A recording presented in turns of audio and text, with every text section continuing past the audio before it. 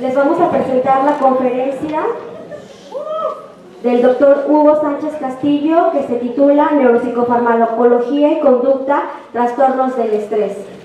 Les voy a leer una breve reseña del doctor Hugo.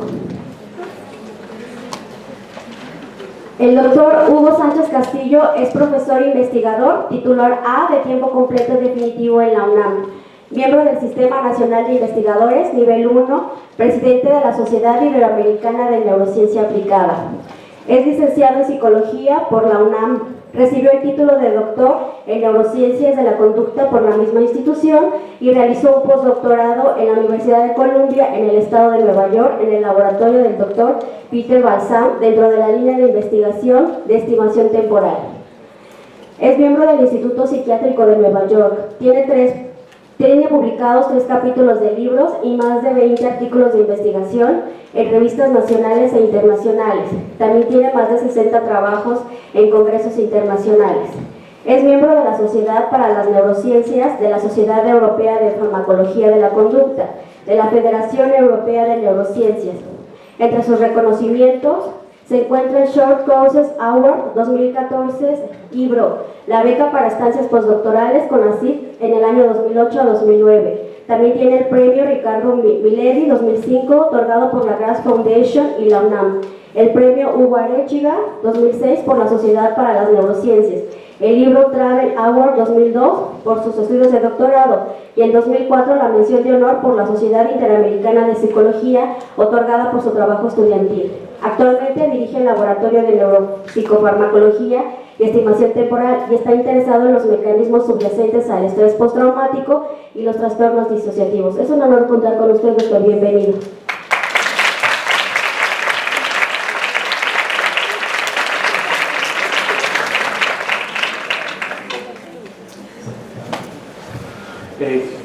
Pues, muchas gracias por su asistencia y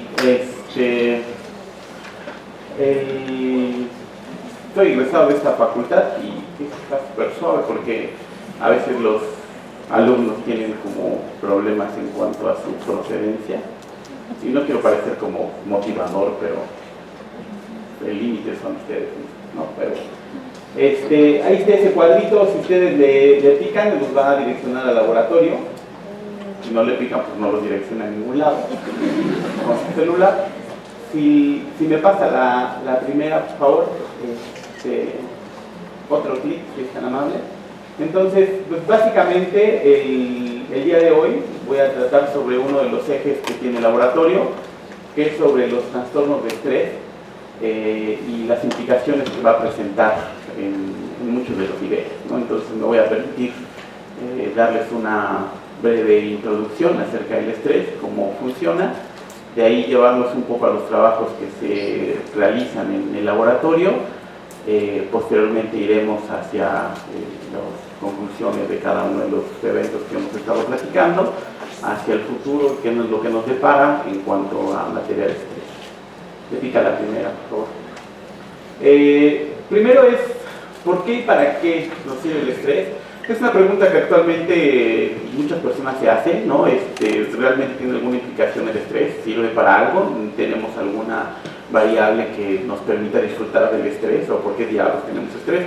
Y creo que la respuesta está dada no solamente por la cuestión evolutiva, sino también está dada por el mecanismo de adaptación que hemos sufrido a lo largo del tiempo para esta cuestión evolutiva adaptativa que se ha venido dando a lo largo del tiempo.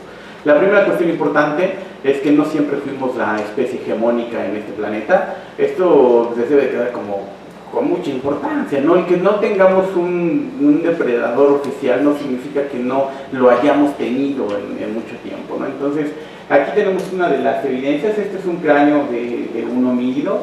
Esto se puede ver cómo encajaban perfectamente los dientes del tigre, dientes de sable, lo que significa es que en algún momento éramos comida de otros organismos y simplemente, así como ahora ustedes comen pollos y vacas y eso, en algún momento nosotros éramos dentro del menú de los grandes felinos, ¿no? Y éramos básicamente su comida favorita, ¿no? Porque como somos altos en hierro, significa que tenemos una gran cantidad de nutrientes, ¿no? Entonces, pues, obviamente figurábamos dentro del menú.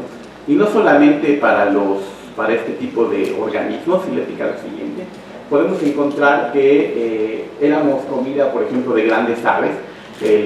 Había parientes de las águilas actuales, no parientes de los opilotes, que llegaban a medir 250 metros de la punta de la ala a la otra ala, y eso significa que podían cargar al menos 30 kilos en vuelo. Eso significa que un niño, un bebé era fácilmente cargable, por lo tanto también figurábamos dentro del menú de estas especies. Los grandes carnívoros o los descendientes de las hienas también éramos parte de su menú.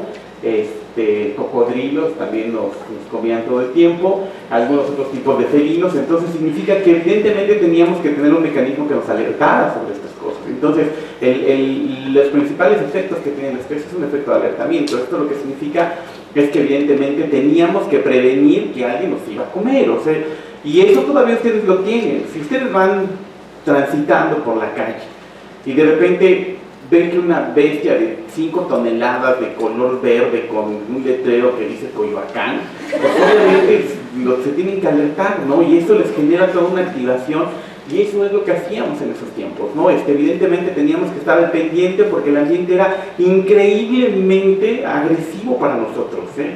Eso significaba que si no te ponías a las vivas, simplemente te ibas a morir. Por lo tanto, los organismos que eran extremadamente calmados, pues simplemente se morían. Entonces el estrés empieza a emerger como una conducta que les permitía tener a nuestros antepasados alertamiento de manera efectiva, poder regular su ciclo sueño-vigilia cuando se presentara la oportunidad de algún evento altamente estresante, y entonces tener una mayor vigilancia no solamente por sobre ellos, sino también por sobre las crías. Y de hecho incluso se van seleccionando mecanismos de atención selectiva y sostenida para poder entonces diferenciar todo lo que pasaba en nuestro entorno. Entonces significa que cuando se da el devenir histórico evolutivo, lo que encontramos es que nosotros fuimos encontrando diferentes mecanismos para sobrellevar este estrés.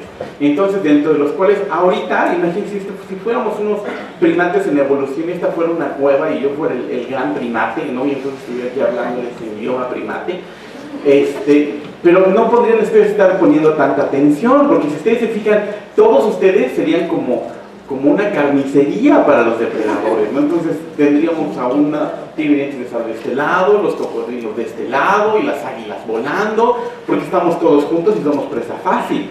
Entonces significaría que no podrían estar poniendo atención en este momento. Entonces no tenemos garras, no tenemos pelaje, no tenemos visión de forma adecuada, no vemos bien de noche, no vemos bien de día, no nadamos mucho, no podemos respirar mucho tiempo debajo del agua, no podemos rascar hoyos, no podemos vivir en humedad, no podemos vivir en mucho calor, pero significa que nuestra gran adaptación fue la capacidad que tenemos nosotros para modificar el ambiente y utilizar la oposición de nuestros pulgares para el manejo de herramientas. Entonces, la imaginación que tenemos para modificar el ambiente más el uso de herramientas nos permite este tipo de adaptaciones. ¿Y qué es? Modificar el ambiente. Entonces, no tenemos por qué tener cuidado para nuestros depredadores porque estamos protegidos por esta cosa que hicimos para que los depredadores no se metan. ¿Me explico? Entonces, no tienen por qué atacarnos. Eso no significa que los procesos de estrés desaparezcan de la noche a la mañana, porque se fueron seleccionando a lo largo de muchísimo tiempo de transcurso de nosotros conforme fuimos evolucionando. Sin embargo, ante estas capacidades que tenemos ahora, creemos, y eso es un poco en la imaginación de ustedes, que no tenemos depredadores. Y me explica la siguiente, la verdad es que sí somos nosotros nuestros mismos depredadores y que además está en nuestros genes, ¿no? Está en nuestra propia naturaleza de ser violentos. No tenemos un apuntador, ¿no? La verdad. Parece que hablo como un loco, ¿no? Pero supongo que alguien del mundo me está escuchando. Bueno, entonces, podemos ver en el panel superior de su izquierda, no de su derecha, esa es la guerra. La verdad es que nosotros mismos somos nuestro propio depredador. Y básicamente nos gusta matarnos entre nosotros todo el tiempo, ¿no? Y esto ha sido a lo largo del tiempo y es parte dentro del comportamiento natural de los mamíferos. Si ustedes se fijan en la gráfica que ustedes pueden ver, nosotros tenemos animales que son sociales, que están en grupo, animales que son solitarios, y la cantidad de veces o la cantidad de asesinatos entre ellos mismos que ocurren, y vemos que los animales sociales se matan todo el tiempo, ¿no? En el caso de los mamíferos, y esto se vuelve un factor muy importante porque no solamente el primate humano, sino los mamíferos nos comportamos de forma violenta.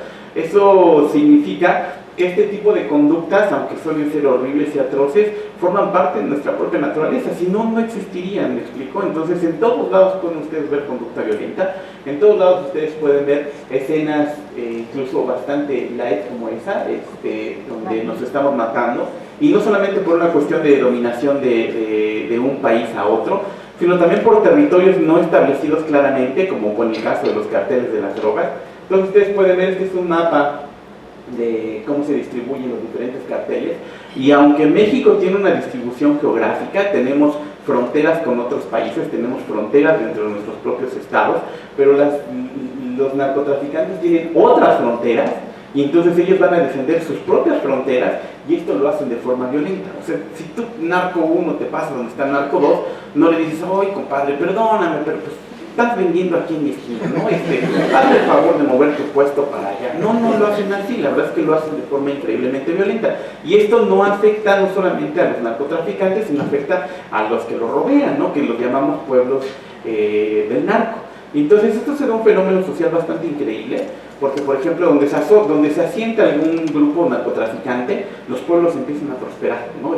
El narcotráfico trae dinero y necesitan lavar el dinero, necesitan retribuir de alguna manera, y entonces los pueblos empiezan a tener alumbrado, empiezan a tener montonales de cosas que empiezan a florecer porque hay empleo, porque hay mayor red eléctrica, porque muchas cosas prosperan, pero los jóvenes no pueden salir evidentemente porque empiezan a haber asesinatos en todos lados y demás.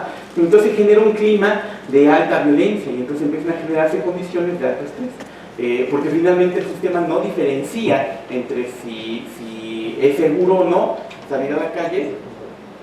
Muchas gracias. No se diferencia entre si es seguro salir a la calle, simplemente pues no salimos porque sabemos que alguien nos puede matar, y eso empieza a disparar los mecanismos de estrés que ya conocemos, ¿no? Entonces, somos nuestro propio depredador, le pica la siguiente. Ahora también buscamos si hay algún otro depredador.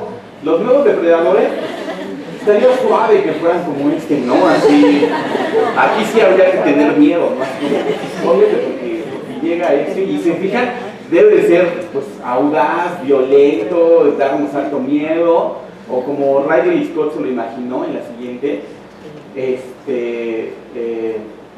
que no se ve la siguiente, pero altamente impactante también. En algún momento aparece la siguiente. Podemos hacer señas. Vean, este es de la imaginación de Ridley Scott. Este es un alienígena. O sea, nuestro antropocentrismo nos ha llevado a tal grado que creemos que nuestros depredadores deberían de ser así, ¿no? Más grandes, más fuertes que nosotros, cuando la verdad es que durante podría yo arriesgarme a decir cientos de años, no nos dimos cuenta que nosotros mismos estábamos desarrollando nuestros propios depredadores, y estos depredadores no nos producen el miedo que nos producirían estos, pero deberían de empezar a preocuparnos, porque actualmente tenemos un problema con ellos. Le explico la siguiente. Son el caso de ¡tadán! Las superbacterias, ¿no? Y los supervirus, y estas son una superbacteria. Esta es una nueva cepa de la cuestión, una cuestión infecciosa. Entonces lo que podemos ver es que estas nuevas cepas de superbacterias ya no son responsibles a antibióticos.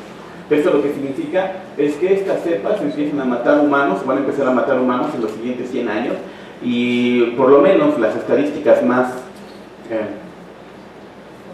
conservadoras dicen que podrían estar matando alrededor de 100,000 personas en los próximos años, simplemente porque ya estas bacterias no van a responder a los antibióticos y simplemente van a seguir proliferando. Aquí podemos ver en la siguiente otras bacterias que están sobre la membrana. Vean, aunque haya presencia de antibióticos, estas bacterias simplemente ya no se mueren, lo cual significa que las infecciones van a ser muchísimo peores, no vamos a poder controlarlas, y entonces vamos a tener una tasa de mortalidad muy alta en nuestra población. Y esto es resultado propio de nuestra conducta en cuanto a la ingesta de fármacos, en cuanto a los tratamientos, en cuanto a nuestra falta de ética, en cuanto a la farmacoterapia, ¿no? Y cómo recetamos los siguientes fármacos. Y esto pues ha traído estos nuevos depredadores que han emergido, y que son los que van a empezar probablemente a ayudar a la naturaleza a disminuir el número de humanos en este planeta, ¿no? No tenemos un tigre de sable, pero tenemos esta cosa que nos va a estar matando. Que pica la siguiente, y el que sigue, esto es un supervirus, ¿no? Estos supervirus, al igual que las superbacterias, ya no, el sistema se tarda mucho en poder utilizar los retrovirales o los fármacos que se utilizan para intentar disminuir su reproducción, ya no funcionan. Entonces, cuando llegan a infectar, simplemente se salen de control y pueden estar matándonos como especie, ¿no? Entonces, estamos buscando en los lugares no adecuados a nuestros siguientes depredadores, y pues obviamente tendríamos que ser más conscientes de eso. Le pica la siguiente, pero ¿qué es lo que sucede realmente con el estrés? ¿No? Aquí podemos ver un eje, cuando se da un evento que es considerablemente aversivo para nosotros y que puede traernos esta activación de este sistema que nos permite sobrevivir, que eso era lo primero que quisiera que entendiera. El estrés en realidad es una respuesta natural que nos permite la sobrevivencia de nosotros como individuos, es decir, algo que puede ser potencialmente peligroso, subjetivamente hablando o realmente hablando, cualquiera de las dos cosas está bien, y nos pone en alertamiento y nos hace que se desencadenen una serie de respuestas que simplemente nos permiten la sobrevivencia, y dentro de ellas la más importante es la activación del eje hipotálamo pituitario adrenal, lo cual va a activar lo que se va a llamar la vía del estrés, que simplemente consiste en la activación de la liberación de la hormona cortisol. Entonces se activa el cortisol, y el cortisol lo que va a hacer es activar diferentes sistemas de noradrenalina. Primero, el cortisol nos permite varias cosas, ¿no? Si ustedes han leído historietas y visto películas actualmente, todo el mundo tiene como la idea de querer tener superpoderes. La única forma en la cual tú puedes acceder a los superpoderes es mediante el estrés, dado que el cortisol lo que va a hacer es activar ejes que te permiten tener ciertas características físicas que no tienes en condiciones normales, como por ejemplo la liberación de noradrenalina, los cambios en histamina, la liberación de opioides endógenos y la liberación de dopamina, lo cual significa que vas a tener un mayor alertamiento, una mayor concentración, una mayor fuerza y una idea de poder prevenir el peligro. Entonces, en ese sentido, el estrés nos prepara para poder enfrentar el peligro o poder tomar una decisión muy rápida. No es una decisión que ustedes piensen, que además eso es sumamente importante. No es una decisión que ustedes estén mentalizados para hacerla. Es decir, aunque ese es el punto importante del entrenamiento de las fuerzas especiales, tú lo que vas a hacer es tratar de que el sujeto no active los mecanismos de estrés y pueda actuar de manera consciente ante una situación peligrosa. Es decir, si en este momento tuviéramos aquí algún elemento que se fuera nuestro enemigo, imagínense que tuviéramos un enemigo, nuestro némesis o un depredador gigante, y que apareciera aquí, ustedes se activarían en ese sentido, y muchos de ustedes dirán, no, pues es que yo pelearía con él para salvar al profesor. Esos son puras patrañas, ¿no? Porque la verdad es que cuando se dé el evento estresante, muchos de ustedes van a correr, muchos de ustedes se van a desmayar, muchos de ustedes igual y si luchan, muchos de ustedes se van a congelar, muchos de ustedes van a gritar, porque precisamente al no tener un depredador oficial actualmente, no tenemos seleccionado una conducta estereotipada como especie. Por lo tanto, nuestras respuestas al estrés van a ser respuestas variables, lo que significa es que cuando una persona se estresa, no todos van a reaccionar de la misma manera, van a reaccionar de maneras totalmente distintas. Por lo tanto, la traumatización de un individuo ante un evento altamente estresante no siempre debe ser la misma. Tendríamos que buscar qué elementos son los que están mostrando su respuesta al estrés. Por eso es importante, en algún momento alguien me preguntó si se podía hacer una terapia global para todos con estrés, así como quieren hacer el neurocoaching y la neuromagia y la neurotodo, y lo quieren hacer como masivamente, ¿no? Entonces decía, si vamos a darle terapia masiva, entonces eso es un absurdo. O sea, tú no puedes a pacientes con estrés ponerlos en un auditorio como este y si les vamos a dar a todos la misma terapia porque los vamos a curar a todos al mismo tiempo de estrés, porque lo que yo quiero que entiendan es que las respuestas de estrés van a ser diferenciales dependiendo de la historia del sujeto, dependiendo de los niveles de testosterona, dependiendo de la jerarquía del sujeto, dependiendo del género del sujeto, dependiendo qué es lo que está involucrado en el sujeto. Si en ese evento importante que apareciera aquí un depredador gigante, hubiera una persona aquí que tiene críos, los mecanismos de estrés lo llevarían a proteger a los críos, en algunos casos, ¿no? En algunos otros no. Pero, por ejemplo, las personas que no tienen críos serían su propia sobrevivencia y tratarían de huir para evitar que fueran asesinados porque no tienen críos ahí implícitos. Si este fuera un auditorio, ¿no? Entonces imaginemos que está aquí el director de la facultad, se supone que el director, este es su territorio. Entonces si llega aquí el director de filosofía, el director de esta facultad tendría que defender su territorio. Y entonces tendría que pelear director contra director.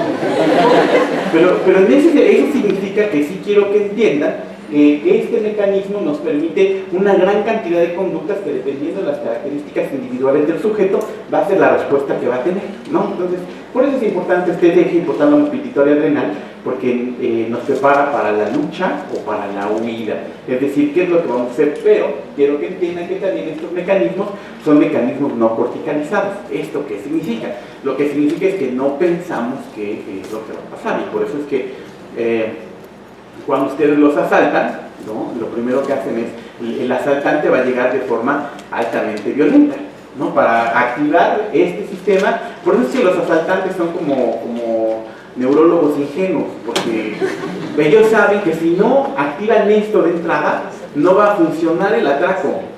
Entonces si llega un asaltante y de forma muy tímida te dice, oye, pues es que pues no manches, dame tu cartera, ¿no? En buena onda, ¿no? O sea, no me provoques, ¿va? Ven ustedes, o sea, no les causa miedo, ¿sí me explicó?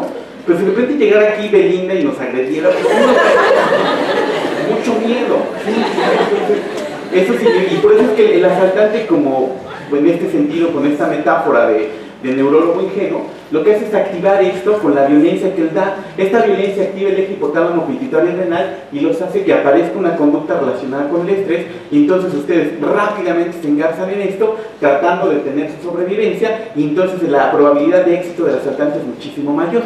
Por eso es que si hay personas que ya no tienen estrés, y que es lo que está sucediendo actualmente en este país, que las personas han sido expuestas tantas veces a este mismo evento o a estos mismos eventos una y otra vez, lo están tomando como parte de la normalidad, lo cual ha hecho ¿qué cosa? Que se inactive este sistema.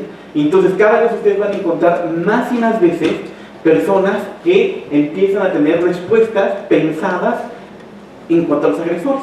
Entonces los agarran, los linchan, los amarran, y empezamos a ver todo un patrón totalmente diferencial, porque estos sistemas ya no se están activando correctamente ante un evento violento que hace tiempo que será muchísimo más violento que ahora, en términos perceptuales. ¿Sí me explico? Entonces, obviamente nos preparan para eso. Pero en términos como un poco ya más complicados, se le explica la siguiente: ¿qué es lo que sucede cuando se prende este eje? Se prende el eje hipotálamo pituitario adrenal, va a activar nuestros receptores de glucocorticoides y de mineralocorticoides, y hay unos que se van a llamar CRF1 y CRF2, y estos van a activar estos sistemas y van a incorporar a la amígdala. La amígdala es un factor muy importante, porque la amígdala es una de las estructuras que nos va a permitir la regulación emocional, particularmente la del miedo. La regulación del miedo, entonces, en este sentido, lo que va a hacer es enviar una señal inhibitoria hacia la corteza prefrontal. El enviar una señal inhibitoria hacia la corteza prefrontal lo que ocasiona de manera evidente es que el sujeto no esté pensando o no corticalice lo que va a hacer a continuación. Por eso es que dentro de cuando se presentan actos violentos como los que se presentan comúnmente en Estados Unidos, donde una persona llega en un centro comercial, se para en el centro y empieza a disparar hacia arriba, todas las personas empiezan a tener esta sobreactivación, se activa la amígdala, se inactiva corteza prefrontal, y ¿qué sucede? Todos corren hacia todos lados como un mecanismo de sobrevivencia. Entonces simplemente el tirador lo que hace es disparar a todas las personas porque están corriendo simplemente despavoridos. Si se hubiera activado la corteza prefrontal, que es lo que se intenta hacer cuando tienes entrenamiento a los de la Armada, a los de las fuerzas especiales, les enseñan a no desactivar esto, mantenerse tranquilos y calmados. Al no desactivarse esto, les permite tomar decisiones que irían contra la naturaleza del estrés. Es decir, en lugar de ir a la salida más cercana, te escondes y te vas a la salida más alejada. En lugar de gritar y correr despavorido, te quedas callado, agazapado y buscas con qué defenderlos. Entonces, si se fijan, empiezan a buscar una respuesta totalmente diferente. Porque cuando se da este proceso, lo que va a afectar directamente es a la formación hipocampal, el hipocampo como un integrador importante de la información. Entonces, por un lado, la amígdala inactiva corteza prefrontal, la amígdala envía una señal alterada al hipocampo, la alteración de la corteza prefrontal en su no funcionamiento retroalimenta nuevamente al hipocampo, y entonces el hipocampo empieza a dejar de funcionar, ocasionando que los niveles de noradrenalina empiecen a producir una respuesta conductual inducida por el mismo. Y entonces van a aparecer bastantes fenómenos cognitivos, por ejemplo, problemas en cuanto a la consolidación de la memoria, por fallo hipocampal, evidentemente, pero no toda la memoria, sino solamente la memoria que implica navegación espacial, formación de conceptos y demás, porque por otro lado, la amígdala y la activación de los sistemas dopaminérgicos noradrenérgicos cambian, y la activación del tipo de aprendizaje, de tipo condicionamiento relacionado con el miedo.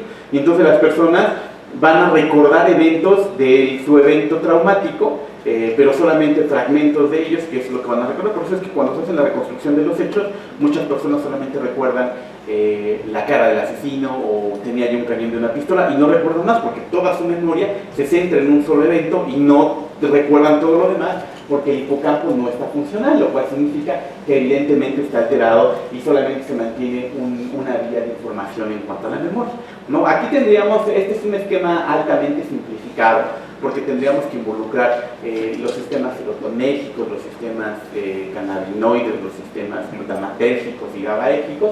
Sin embargo, de forma general, esto es lo que empieza a pasar en su cerebro cuando se tiene un evento. Ahora, si de manera normal las personas, si se da el evento estresante de que aquí alguien nos atacara, el 80% de ustedes en un tiempo se olvidarían del asunto, pero hay un porcentaje de la población que no saldría adelante de este evento, y entonces, si después de 6 meses la alteración continúa, se le da el nombre de un trastorno de estrés postraumático, lo cual significa que aunque el evento ya terminó, aunque hubo mucho tiempo, el sujeto no logra recuperarse, por lo tanto se mantiene alterado de forma significativa, y entonces simplemente pasa a ser parte de otro concepto, es decir, nunca deja de tener miedo. Y entonces, como este sistema que antes nos permitía sobrevivir, si se mantiene activo todo el tiempo, nos lleva a diferentes patologías. Por ejemplo, la activación de este eje y la liberación de cortisol lo que hace es que hay una gran disponibilidad de energía, por lo tanto hay una gran disponibilidad de glucosa. Si hay una gran cantidad de disponibilidad de glucosa a lo largo del tiempo, ¿qué hace? Pues va en detrimento de los receptores de insulina, y entonces a largo plazo, ¿qué aparece? Diabetes. ¿Sí me explico? O síndrome metabólico. O por ejemplo, si se da cambios en la liberación de dopamina, porque la dopamina se va a la baja, aparece la anedonia, que en ese momento, pues cuando se da un evento traumático, sí habría que entender que no tendríamos por qué sentir placer, ¿no? O sea, eso es como importante.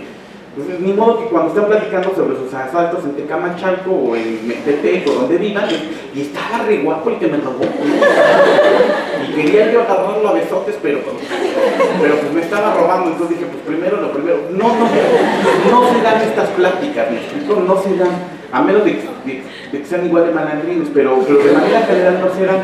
¿Por qué? Porque está inhibida esta parte, o sea, la dopamina no permite que se den estos valores, estas respuestas hedónicas. Sería inútil. Por ejemplo, y bueno, ¿qué pasa si se mantiene prendido durante mucho tiempo? Pues aparece el hipogonadismo, ¿no? Aparece totalmente la anedonia, el paciente deja de responder, deja de tener actividad sexual, todo el tiempo no encuentra placer en nada, pero porque esto se mantiene sobreactivo por la cuestión del estrés. Si, por ejemplo, se mantienen sobreactivados los sistemas de noradrenalina y adrenalina que te permiten estar alerta, es decir, ver por dónde viene el maleante, por dónde viene lo que te va a atacar, eso te permite sobrevivir porque no te van a sorprender. Pero si esto se mantiene a lo largo del tiempo, esta hipervigilancia te da cambios en el patrón de sueño-vigilia, porque todo el tiempo estás alerta, porque tienes una mayor respuesta de sobresalto.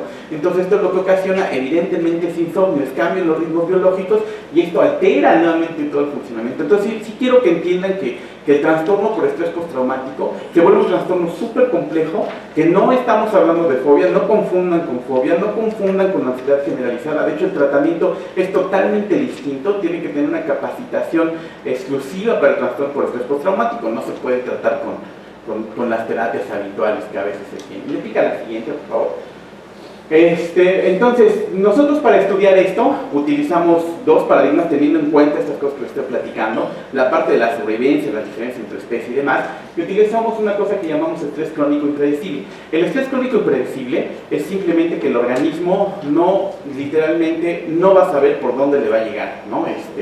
Entonces, un día va a estar, supongo que lo pueden ver mejor ustedes, a mí me prometieron que lo iba a ver en esta pantalla, pero veo todo absolutamente negro, entonces pues lo veré aquí, ¿verdad? Entonces, si ustedes se fijan, son diferentes tipos de estresores que aparecen de manera aleatoria en los sujetos. Entonces un día va a estar la cama mojada, otro día no va a tener alimento, otro día le vamos a prender la luz toda la noche, otro día lo vamos a meter en restrictores, y entonces esto ocasiona que después de una cierta cantidad de tiempo el animal está altamente estresado, ya no sabe qué va a pasar con él. Esta es una forma de estresar a los animales, y quisiera yo aquí apuntalar que estos estudios se tienen que hacer con animales porque éticamente no los podemos hacer con humanos. El código de Helsinki nos obliga a que cuando tenemos un paciente que viene en una condición de alto estrés, se tiene que tratar al paciente, se tiene que se tiene que estabilizar al paciente y se tiene que darle la recuperación adecuada y óptima. Una vez que el paciente está estable, recuperado y en condiciones óptimas, entonces puedes estudiar con él. Antes no se puede, lo cual significa que la ventana de los efectos del estrés no la tenemos. ¿Por qué? Porque por ética y porque es la ley, tenemos que tratar a los pacientes que vienen en alto estrés. No, aunque uno quiera, aunque en tu cerebro diga, sí, yo quiero estudiarlo, no se puede. Entonces significa que tenemos que recurrir al modelo animal para poder saber qué pasa en esta ventana, inmediatamente después de que termine el estrés, qué pasa en el cerebro de los sujetos, qué pasa en la conducta de los animales, qué pasa para poder estudiarlo sin tener que recurrir al primate humano y estarlo estresando todo el tiempo, ¿no? Pues salió igual mi compadre que esto, ¿verdad?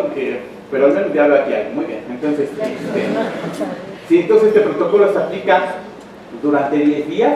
Es un protocolo propio del laboratorio que se estandarizó ahí, entonces está padrísimo. Le pica la siguiente, lo que les puedo decir, ¿verdad?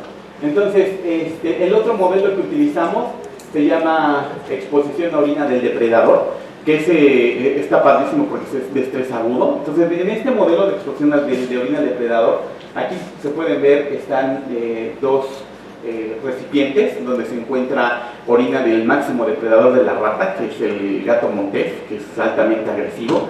Entonces significa que la rata no sabe por dónde va a venir, solamente es aquí. Voy a ser dramático, esto no es una metáfora, que se que lo entendieran.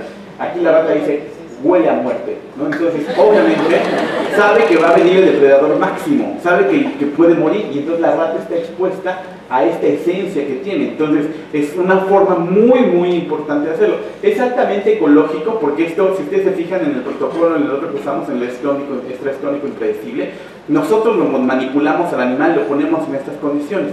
En este caso es altamente ecológico porque es la pipí del depredador, y esto el animal se lo encuentra todo el tiempo en su entorno natural y produce este tipo de componentes que estamos viendo. Aquí estas ratas están expuestas, entonces ustedes se fijan, empiezan a aparecer, que este es otro de los elementos que tratamos de ver en el laboratorio, que es qué es lo que pasa dentro de la expresión del estrés, qué conductas aparecen, qué conductas no aparecen, pero lo vamos a ver un poquito más adelante. Le pica la siguiente, por favor. ¿Cómo evaluamos los efectos del estrés? ¿No? Utilizamos dos tipos de baterías, una batería de evaluación de estrés y una batería de evaluación de los efectos cognitivos. La batería de evaluación de los efectos del estrés se utiliza, le pica la siguiente. En primera instancia tenemos el laberinto cero, que es un laberinto que también es altamente ecológico, porque a diferencia del laberinto de cruz elevado, el animal vive en un continuo, por lo tanto puede desplazarse de manera significativa. Este animal fue expuesto a estrés, entonces ustedes se fijan, solamente se la pasa en el compartimento cerrado. Aquí voy a intentar medio salirse, pero después dice, China, ahí están los estudiantes, mejor que me regresa a él. Entonces vean ahí, ya los olió y voy a decir, mejor me regreso. Y entonces se regresa todo el tiempo, y nos permite hacer esta evaluación, porque obviamente si el animal está altamente estresado, como ustedes lo ven, no sale de estos lados. Cuando el animal está en condiciones de no estrés, recorre, porque es una conducta natural de los animales, es una conducta exploratoria. Entonces el poder tomar la latencia, el desplazamiento entre los brazos y el tiempo en que se la pasa entre uno y otro, nos permite evidentemente saber el grado de ansiedad que está mostrando el organismo. Le pica la siguiente. También utilizamos la prueba de campo abierto. La prueba de campo abierto nos permite evaluar la motricidad del animal, nos permite evaluar el movimiento, nos permite evaluar el congelamiento, nos permite evaluar el acicalamiento como conductas que nosotros también tenemos. Las personas se pueden congelar o pueden necesitar, no sé, una conducta muy típica de una persona que está altamente estresada. Dicen, es que quiero que me abracen. En las ratas es lo mismo, quiero que me acicalen, o presentan tigmotaxis, que la tigmotaxis es una necesidad de estar en contacto con algo. Entonces las ratas, si ustedes se fijan, están en contacto con las paredes todo el tiempo. Si la rata no estuviera estresada, se pasa hacia las partes centrales y empieza a explorar como sin ningún problema, pero los animales se la pasan en la periferia cuando están altamente estresados y nos permite también hacer esta evaluación. Les explico la siguiente. También utilizamos una prueba de evaluación de nado forzado. Esta nos permite también evaluar la ansiedad y el estrés. No se puede separar de la depresión, de hecho es muy difícil, regularmente vienen como trastornos comórbidos. Entonces también evaluamos con este tipo de tareas para poder evaluar qué tanto el animal está deprimido. Entonces les pone en una condición de las peores cosas de la humanidad, que es la esperanza. El animal aquí está viendo y se fijan, aquí está la salida. Entonces significa, dice, sí, puedo salir, y entonces lucha, y lucha, y lucha hasta muerte. Bueno, no dejan que se mueran, ¿no? Solamente quería ser dramático, pero simplemente podemos medir, por ejemplo, el escalamiento, podemos medir la cantidad de nado que tienen alrededor o podemos medir la inmovilidad. Entonces estas conductas se han relacionado con el grado de estrés que presentan los organismos y nos permiten no solamente vislumbrar el efecto estresante, sino también el efecto sobre depresión que tiene. Repita la siguiente, por favor. También estos son para cuestiones ya más cognitivas. Tenemos reconocimiento de objetos, que nos permite ver obviamente memoria de reconocimiento. En este caso al animal se le entrenan en objetos similares, primero de habituación, primero a la arena, luego la habituación, luego ya se hace la exposición y después en la prueba se le ponen dos objetos, pero uno es novedoso. Entonces, si el animal tiene bien su memoria de reconocimiento, este objeto que es el viejo lo explorará menos que este objeto que es el nuevo. Este lo explorará más porque es nuevo. ¿Sí me explico? Entonces es bastante sencillo. Aquí se pueden ver los dos objetos y cómo pues, el animal les presta cierto interés a uno y otro, dependiendo de eso. Entonces, si el estrés afecta a sistemas cognitivos, pues afectará también esta memoria de reconocimiento. Le pica la siguiente, por favor. Y tenemos habilidad espacial, que este es uno de mis laberintos favoritos, es el laberinto de Barnés. El laberinto de Barnés, si ustedes se fijan, está organizado, son diferentes vías de escape. Es una plataforma blanca, lo cual al animal no le gusta, pero uno de los hoyitos tiene un escape real. Todos estos están cerrados y hay uno, entonces el animal tiene que recordar cuál fue la vía de escape. Esta es una sesión de entrenamiento y ven como de repente encuentra el escape y es muy feliz, ¿no? Entonces eso es lo que se evalúa, cuánto tiempo tarda el animal en encontrar su vía de escape. Entre mejor esté la memoria, encontrará más rápidamente su vía de escape. ¿Sí? ¿Se pica la siguiente? Esto nos permite evaluar flexibilidad cognitiva, es decir, qué tan flexibles son al cambio. Si por ejemplo ustedes les dicen, sigue la secuencia, ¿no? Rojo, verde, rojo, verde, rojo, verde, y luego dicen rojo 4, su cerebro tendría que hacer un switch para saber cuál fue la nueva estrategia y cómo comportarse de forma siguiente. Eso lo evaluamos en las ratas, se les pone siempre un reforzador en un lado, ¿no? Este es el laberinto, se les pone un reforzador en un lado, y de repente se les cambia el reforzador al otro lado, y lo que se evalúa es cuánto tiempo tarda el animal en darse cuenta que ahora el reforzador estaba del otro lado, simplemente ser flexible y cambiar su conducta de acuerdo al entorno. Y esto nos permite obviamente ver este tipo de comportamiento de flexibilidad cognitiva. Se pica la siguiente. Y para evaluar la eudonia utilizamos la prueba de sacarina. Le damos al animal sacarina, que es un tipo de endulzante que les gusta mucho. Una vez que el animal la ha probado y ya sabe que le gusta y está rico, tenemos una sesión de prueba en donde se le expone a agua y sacarina y entonces le preguntamos al animal ¿cuál quieres? ¿No? ¿Cuál te gusta más? Y lo que se mide es la cantidad que toman de una y de otra. En condiciones normales los sujetos van a preferir muchísima más sacarina que el agua. Entonces, así evaluamos el estrés, evaluamos la conducta, la condición. También evaluamos en términos moleculares, evaluamos glías y neuronas. Pero pues, bueno, ahí no quiero aburrirlos con esto, entonces vamos a ver los resultados. Entonces, ¿qué es lo que estudiamos? El laboratorio en términos de estrés le pica la siguiente. Nos vamos a llevar en cuatro ejes principales, ¿no? Vamos a tener la caracterización de la exposición a diferentes tipos de estresores, diferencias entre intraespecies, cambios morfológicos en glía neurona, participación de sistemas hormonales y de neurotransmisión y una cuestión clínico básica desde un enfoque translacional.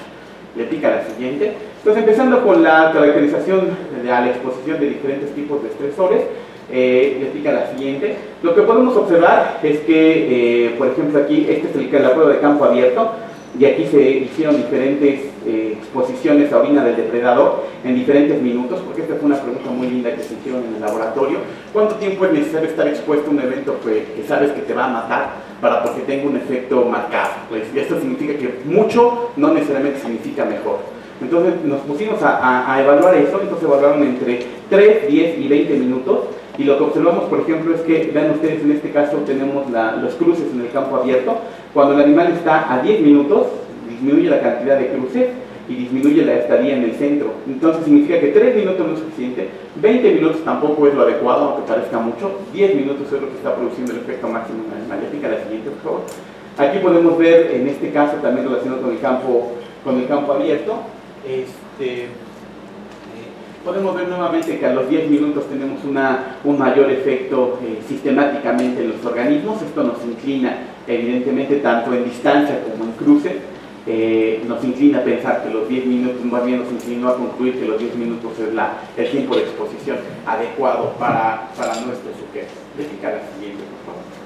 En este caso podemos leer la prueba de nado forzado. Entonces esto está como súper padre. Ven ustedes cómo este es lo que le llamamos climbing, que es el escalado,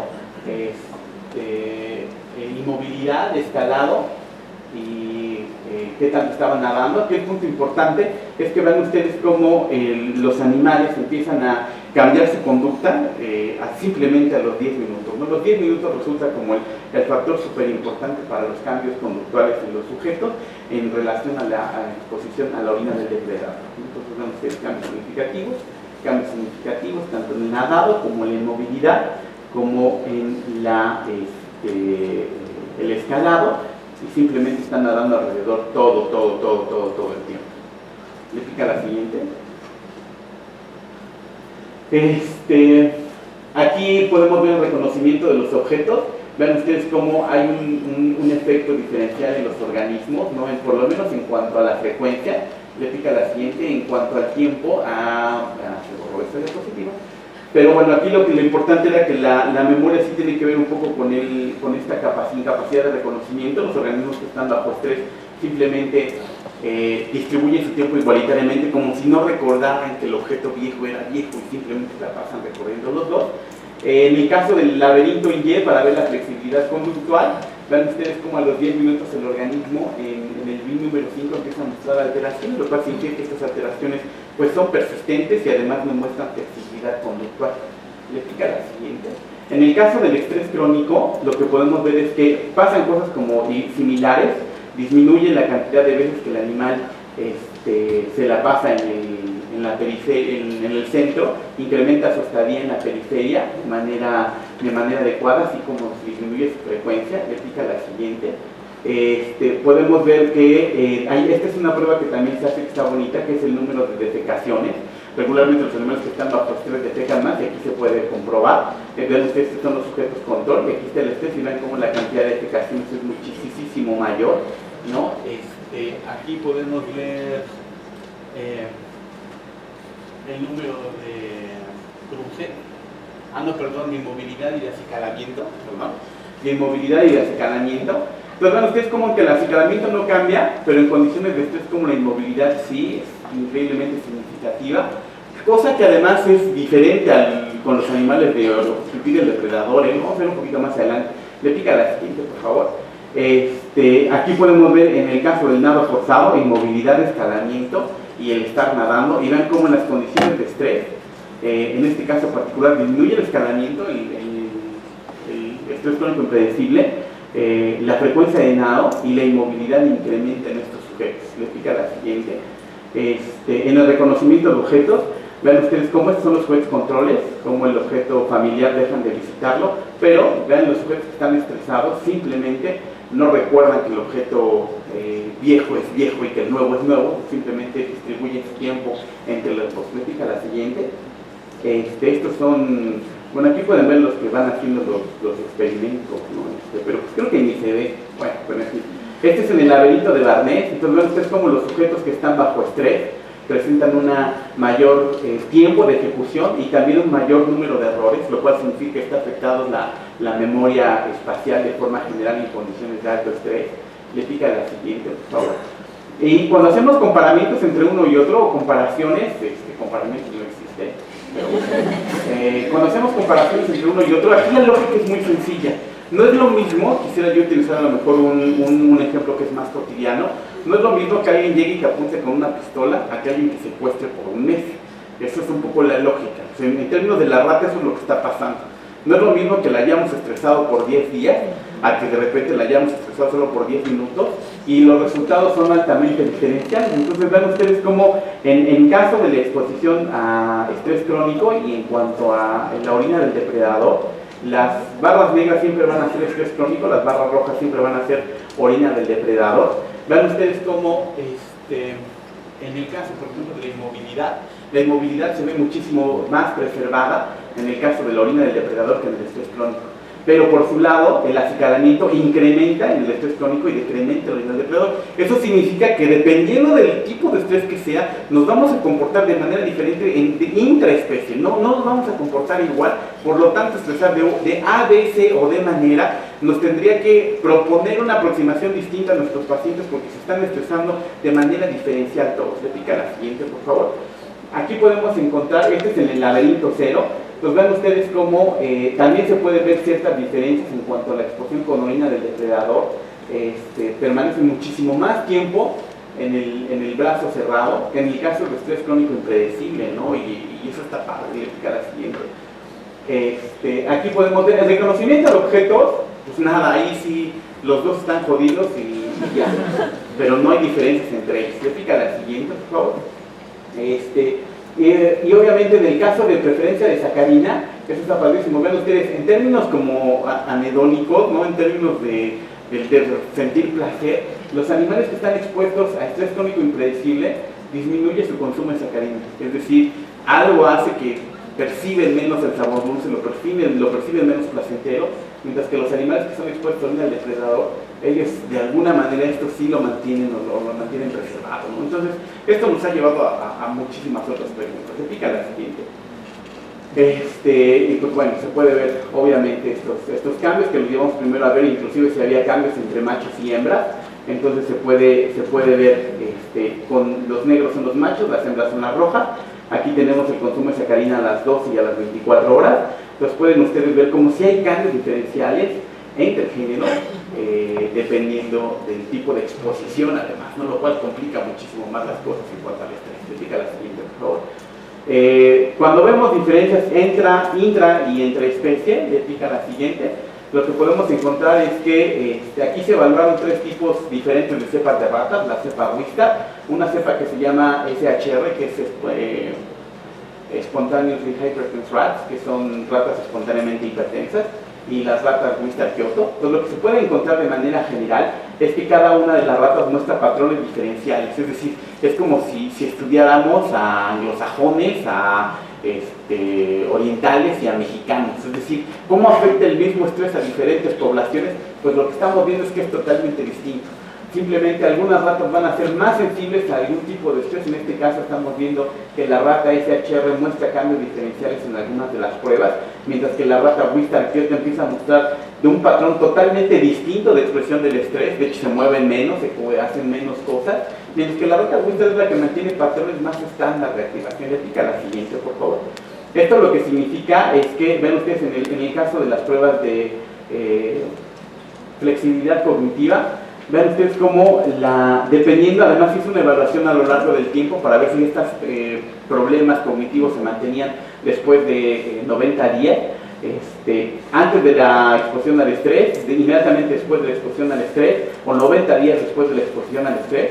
Pero aquí lo interesante es esto, vean, las ratas Wistar Kyoto, o sea, nomás ni pichan, ni cachan, ni dejan batear, simplemente no hay efectos nunca. Esto significa que este animal tiene un problema de manera general y no necesariamente tiene una relación que ver con este estrés, sino sus respuestas siempre van a ser diferenciales, mientras que la rata Wistar y la rata SHR presentan patrones diferentes de comportamiento. Le pica la siguiente. Aquí podemos ver su comportamiento en el campo abierto. Nuevamente podemos ver que la rata SHR tiene un comportamiento diferencial y que la rata Wistar Kyoto tiene otro comportamiento totalmente diferente. De hecho, la rata Wistar Kyoto parece tender muchísimo más a cuestiones como depresivas, ¿no? De forma general, y efectos cognitivos muchísimo más marcados. Le pica la siguiente. Aquí podemos ver el reconocimiento de objetos. Esto está como padrísimo. Vean ustedes cómo nuevamente la rata Wistar Kyoto, simplemente sus patrones son todo el tiempo similares, mientras que en el caso de la rata SHR, simplemente su tiempo se distribuye, no le importa si es nuevo o no es nuevo, mientras que la rata Wistar muestra un patrón más normal de reconocimiento. Entonces, nuevamente estamos ante diferencias que tendríamos que tener en consideración todo el tiempo. Le pica la siguiente. Y en el nado forzado, pues bueno, no se diga, ¿no? Nada más es como confirmatorio. Ven ustedes como la respuesta de la rata de Selcher y la Wistar Kyoto es totalmente distinta. Le pica la siguiente. Los cambios morfológicos en nivel neuronal, traigo solamente algunos datos, esos todavía se están corriendo actualmente, pero les muestro uno que está muy bonito. Explica la siguiente, que no se ve tan chido, pero crean, este es un astrocito, ¿no? De neurón de la corteza prefrontal, y se pueden ver, este es un grupo, es un sujeto control, se pueden ver las ramificaciones, se puede ver su arborización, y vean ustedes en un sujeto que fue expuesto a estrés y fue sacrificado 21 días después de la exposición al estrés crónico impredecible, le pica la siguiente.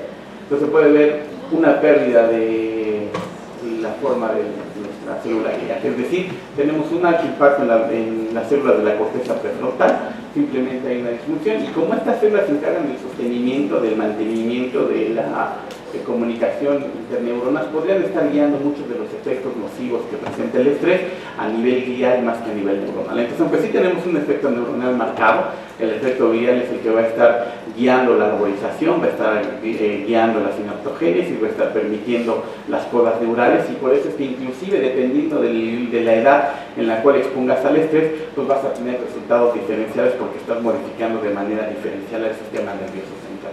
Te pica la siguiente, por favor. En relación a la participación de diferentes sistemas hormonales y de neurotransmisión, lo que se sabía de manera clásica es que si tú administras antidepresivos inhibidores selectivos de la recaptura de serotonina, tenías un efecto significativo. Sin embargo, el poner un antidepresivo inhibidor selectivo de la recaptura de serotonina es como decir tiene cerebro. Entonces, evidentemente queríamos ver si hay un mecanismo particular involucrado, entonces nos decidimos estudiar a la familia de los receptores 5HT1, particularmente el subtipo del receptor 5HT1A. Entonces, si me pica la siguiente, aquí podemos ver la administración este es un agonista al receptor 5HT1A, y se llama el 8-hidroxidipropilamino tetralil. Estas son palabras para Scrabble, así cuando jueguen, así, 8-hidroxidipropilamino tetralil, 40,000 puntos, gané. Entonces, bueno. Entonces aquí podemos ver en campo abierto, parece que no hay mucho efecto, le pica la siguiente. Esto fue un poco decepcionante la primera gráfica, pero ven ustedes la segunda. Aquí tenemos, este es el caso de la inmovilidad y del acicalamiento, aunque se mueven igual, pero vean ustedes cómo, en términos generales, cuando el animal está en alto estrés, que es esta barra negra, vean su tiempo de inmovilidad, pero cuando ponemos el agonista 5HT1A, vean ustedes, decrementa. No, parece que es una U invertida, ¿no? Aquí nos va a faltar hacer más estudios, pero por lo menos hay una participación del receptor 5HT1A. Decrementa el número de movilidad, decrementa el tiempo de acicalamiento, y esto significa que muy probablemente el antidepresivo, inhibidor selectivo de la recaptura de serotonina, esté funcionando por activación del receptor 5HT1B y particularmente en corteza prefrontal. Le pica la siguiente, por favor.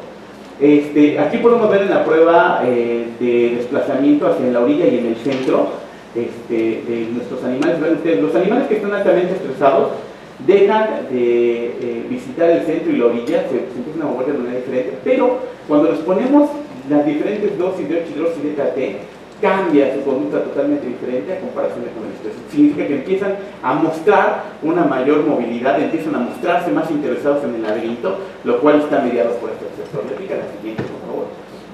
Y finalmente vemos la frecuencia, ¿no? Con que lo hacen, y también se pueden ver los efectos muy marcados en la dosis más alta, que es 2.0 miligramos sobre kilogramo. Le pica la siguiente. Y aquí vean la desecación, ¿no? También que hay mucho estrés. Vean cómo todos en popó, y pues, bueno, disminuye de manera significativa también incluso la defecación. ¿Qué significa? Que sí están más relajados los animales, o sea, sí presentan cambios en cuanto a la percepción que tienen del evento estresante. Le pica la siguiente, por favor. Y pues bueno, vamos hacia la parte del enfoque clínico translacional. Le pica la siguiente. Aquí se hizo un estudio en el cual se administró un fármaco que podría estar relacionado con la conducta de estrés postraumático, que es un polipéptido asociado a la adenilato ciclasa, en términos de inmovilidad y acicalamiento. Pero lo que podemos ver es que estos grupos, los que presentan PACAP, muestran diferencias en cuanto a la inmovilidad y acicalamiento, a diferencia de su grupo control. Entonces, se ve marcado el incremento de esta conducta, lo cual significa que puede estar facilitando fenotipos traumáticos en los sujetos este inhibidor de la adenilata ciclasa. Le pica la siguiente. Aquí podemos ver la permanencia en los brazos. Vean ustedes cómo también en los grupos que fueron expuestos a PACAP hay diferencias en cuanto a la permanencia en el brazo abierto y en el brazo cerrado, solamente por haberles puesto este inhibidor de la adenilata ciclasa. Le pica la siguiente. Y obviamente, en este caso de la preferencia de sacarina, aunque los resultados también son variables, en este caso particular sí tengo yo que tenemos que hacer una modificación de estos experimentos, pero lo que se puede ver, lo que nos está vislumbrando es que sí hay cambios diferenciales en cuanto a la preferencia de sacarina a las 12 horas y a las 24 horas, ¿no? Y igual simplemente por la administración de este inhibidor de la adenilata ciclasa. Voy a picar la siguiente. Híjoles, esta no se ve, pero esta está padrísima porque este es un criterio que se llama Kudoff Behavioral Criteria, que es buscar cuáles son los correlatos que existen en cuanto a el estrés. Es decir, qué es lo que hace una persona estresada y cuál sería el correlato que veríamos en una rata. Es decir, si la persona empieza a presentar un tic nervioso, ¿existiría un tic nervioso en la rata? Porque si ustedes se fijan las pruebas que les mostré durante el transcurso de la charla, pues nada forzado, pero cuando llegas con un terapeuta y dices, es que estoy muy estresada, bueno, pues déjate hecho a esta alberca gigante para ver cómo nadas, ¿no? O sea, no. Entonces tendríamos que buscar qué conductas podrían explicarnos cada cosa de lo que estamos viendo. Entonces por eso utilizamos este Kudoff Behavioral Criteria. Este Kudoff Behavioral Criteria que se estuvo realizando nos permitiría o nos permite ver qué conductas empiezan a aparecer en los sujetos y qué conductas empiezan a hablarnos de que el animal está siendo estresado y cómo se está expresando este estrés. Entonces, por ejemplo, veíamos conductas como movimientos de péndulo de la cabeza, o como esta tigmotaxis que les estoy platicando, y esas conductas solamente se están dando durante la exposición del estrés, no se están dando después de la exposición del estrés, ni en otro momento particular. Esto significa que habría que evaluarlas de manera puntual, y que además se tendría que hacer la evaluación entre sujeto y sujeto, porque cuando hacemos un promedio, los promedios nos dan un punto único, pero no nos dejan ver los sujetos que están en esta parte sufriendo mucho o en esta parte resistiendo mucho. Porque estos sujetos, los que estarían sufriendo mucho, son los sujetos que tendríamos que tener mucho cuidado, porque son los que tienen un problema y necesitan terapia de manera efectiva, porque son los sujetos que están mostrando efectos más marcados del estrés. Entonces significa, si ustedes están haciendo como las cuentas, de 100 personas, 20 van a presentar estos efectos traumáticos. Esos 20 personas pues son los que les van a dar de comer a ustedes, son los que van a buscar terapia, son los que vamos a tener que encontrar formas en las cuales tener una aproximación adecuada para con ellos, ¿no? Pues que se vuelven importantes estos estudios. ¿Se fijan la siguiente? ¿Qué podemos concluir de todo esto que les acabo de platicar? ¿Se fijan la siguiente? Primero, que los modelos animales pues son una herramienta muy importante para la evaluación del estrés. Sin embargo, nos falta profundizar mucho en cuanto a los diferentes tipos de exposición de estrés. ¿Qué podemos hacer? ¿Qué no podemos hacer? ¿Cómo lo podemos modificar? Los tiempos de exposición prolongados alteran la conducta de los sujetos, pero no tendríamos que prolongarlos demasiado porque simplemente empezaremos a dejar de percibir efectos. Entonces tenemos que exponer el tiempo que tenemos que exponer. Se deben de considerar las variables intrasujeto y entresujeto para poder hacer predicciones y extrapolaciones adecuadas en los sujetos en cuanto a los efectos producidos por el estrés. Le pica la siguiente. Diferentes tipos de estresores producen resultados diferenciales, como se los estuve mostrando. Los modelos deben estar contemplando efectos a largo plazo y a corto plazo para ser considerados viables, porque hay efectos como, si queremos volverlo modelo de estrés postraumático, estos efectos deben de ser muy a largo plazo y no simplemente desaparecer, porque ya les platiqué que una persona normal simplemente podría salir de ese problema. Existen alteraciones funcionales a nivel neuronal, pero también a nivel glial, y particularmente corteza prefrontal, y pues ahora estamos mirando hacia hipocampo y vamos a mirar hacia amígdala para poder ayudar, que nos ayude a entender cómo funciona esto. El sistema serotonérgico está relacionado con estas respuestas de los antidepresivos tricíclicos, pero particularmente el receptor 5-HT1A parece que es el que está mediando la recuperación funcional, y esto nos da mucha luz y esperanza porque el hipocampo es particularmente rico de estos receptores. Esto significa que la recuperación del daño hipocampal inducida por el estrés podría funcionar de una mejor manera si ponemos fármacos selectivos al receptor 5-HT1A que tendrían efectos selectivos en el hipocampo y no meter una droga que estaría alterando muchísimos otros sistemas. Le pica la siguiente, que el análisis de Kudo Behavioral Criteria debería ser una pieza fundamental para entender las conductas asociadas con el estrés, que va a haber otros factores antes de la liberación del neurotransmisor como la adenilato ciclasa que predisponen la respuesta al estrés, y que además el estrés puede ser un disparador de enfermedades neurodegenerativas. Le pica la siguiente. ¿Qué es lo que vamos a hacer ahora, no? Pues obviamente estamos explorando los receptores serotonérgicos en el estrés, que eso se dedica nuestro estudiante de doctorado Ivette González y Enrique. Participación de la guía en respuestas inducidas por estrés, que también está Ivette y Enrique. Y como es el doctorado, pues le damos a trabajo. ¿Qué mecanismos farmacológicos en la respuesta guial van a estar ahí relacionados? Igual estamos Ivette y Enrique. Se pica la siguiente. Tenemos que participación del sistema glutamatérgico, en este caso está nuestra estudiante de maestría, Paulina y Jennifer. Efectos del estrés sobre la neurogénesis, ahí también está Paulina, y está Diana Paz, y está Jennifer. Participación del sistema dopaminérgico en la respuesta al estrés, ahí está nuestra otra estudiante de maestría, que es Mariana Vergel. Modulación del sistema de recompensa tras la exposición a diferentes estresores, también ahí está Mariana Vergel. Ya pica la siguiente. Participación de los sistemas endocannabinoides en la respuesta inicial por estrés. Ahí está nuestro estudiante de licenciatura que se está buscando titular, Martín Millaro. Efectos del PACA38 en la corteza prefrontal sobre la respuesta de estrés o en algunas otras regiones. Ahí Brian es el que está intentando titularse con eso. Respuestas temporales y los factores hormonales del estrés, Kenji Baruch y Ulises Torres están trabajando sobre esto y sobre diferentes tiempos de exposición. Ya pica la siguiente. Y trastornos del ánimo con un enfoque translacional, Diana Paz, Fede González y Norma Sandoval, porque hay una rama clínica del laboratorio que también se dedica a evaluar cosas de estrés y eso nos da ideas para llevarlo con la rota. Así que suena como maquiavélico que tenemos reuniones para dominar el mundo, pero sí lo hacemos. Nuestra idea es dominar el mundo. Ya pica la siguiente. Este es el grupo que yo dirijo, ¿no? Si le va picando uno por uno, eso, ella es Diana Paz, ella está encargada de las partes metodológicas de los servicios clínicos de laboratorio. Le pica la siguiente, este es nuestro estudiante de doctorado, Ivette González, la cual está haciendo los estudios con glía, con neuronas y sistemas de neurotransmisión. Le pica la siguiente, ahí tenemos a Paulina Torres, que ella es la encargada de los estudios que tienen que ver con hormonas y sistema glutamatérgico, que es estudiante de maestría. Le pica la siguiente. Hasta allá está Mariana Vergel, que ella está haciendo los sistemas de recompensa y de dopamina y adicciones en relación con el estrés. Le pica la siguiente. Ahí tenemos a Martín con los cannabinoides. Le pica la siguiente.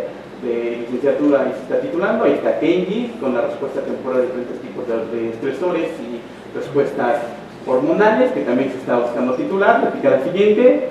Ahí tenemos a Brian Rojas Lita, que está trabajando con el PACA y la relación con el estrés, también de licenciatura para titularse. Le pica la siguiente.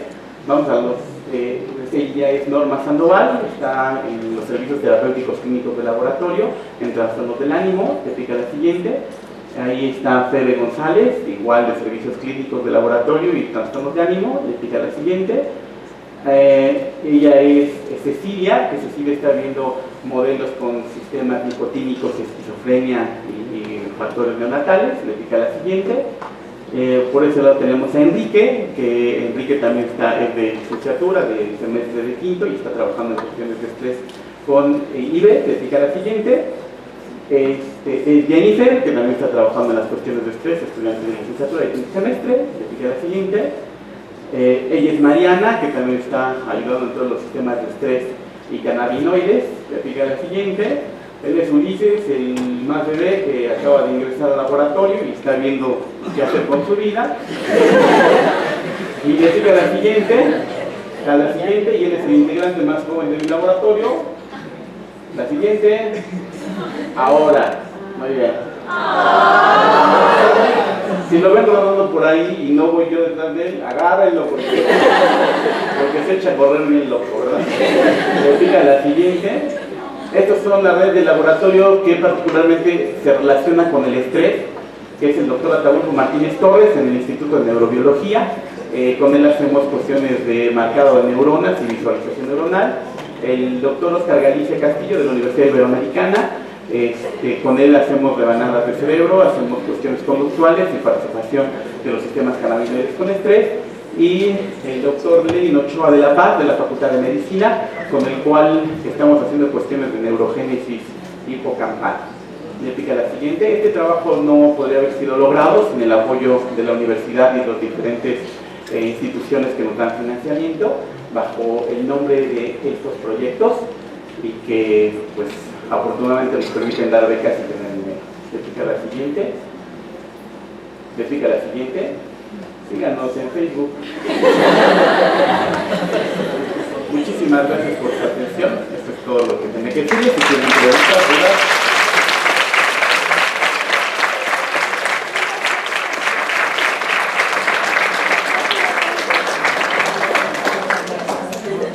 Es el momento de hacer las preguntas. Así de la vida.